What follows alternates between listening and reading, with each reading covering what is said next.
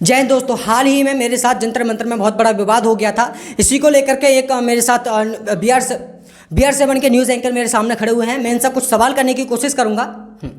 मैं इनसे कुछ ऐसे तर्क सवाल करने वाला हूं जो कि धीरेन्द्र शास्त्री से कुछ जुड़े हुए हैं। पहले तो सर आपका स्वागत है हमारे चैनल में। बहुत बहुत धन्यवाद आजाद जी। जी बिल्कुल धन्यवाद। सर मेरी नज़र में कुछ सवाल हैं, 3 सवाल जो मैं आपसे बहुत अहम सवाल करने वाला हूं कि आप जो धीरेन्द्र शास्त्री है, पंडित धीरेन्द्र शास्त्री, उसको किस नज़रिए से देखते हैं?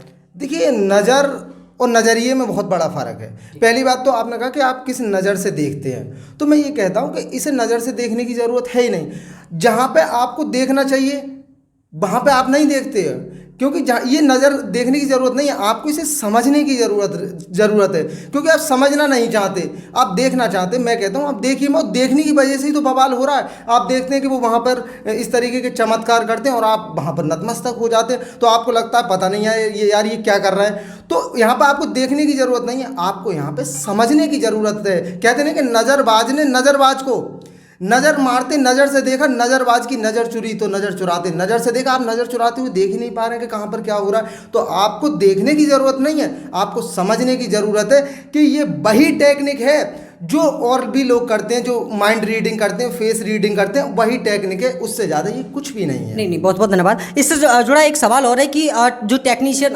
मैजिशियन सुहानी शाह है, क्या उससे कंपैरिजन बाबा धीरेन्द्र शास्त्री का हो सकता है? जी बिल्कुल हो सकता है। मैं यही कहूँगा, देखिए इस तरीके से आप इसे इस तरीके से समझिए।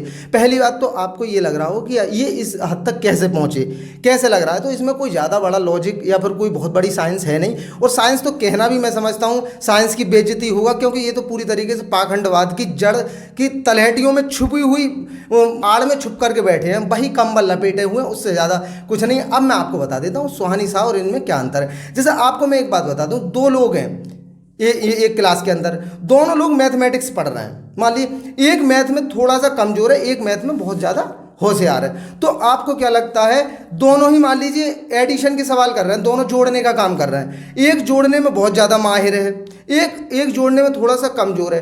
तो ये जो माहिर जो है उसे देख करके उस छोटे वाले को क्या लगेगा, ये कोई मैजिक है इसके अंदर, पता नहीं यार क्या दिमाग है। तो बस ये मान के चलिए सुहानी जी जो है वो थोड़ी सी नीचे, थोड़ी सी कमज़ोर है उस मैजिक में, और ये थोड़े से ज़्यादा हैं, लेकिन है दोनों ही मैजिक। ये इसमें कोई सिद्धि वगैरह नहीं है, इसमें इस बात को आप बिल्कुल उठा करके रख दीजिए। जी, तो मैं तो इस चीज़ को फिर ये समझूंगा ये धर्म के नाम पर पाखंडवाद फैला रहे हैं धीरेन्द्र शास्त्री। बिल्कुल, और पाखंडवाद में ये इस वजह से कहूँगा क्योंकि ये है टेक्निक।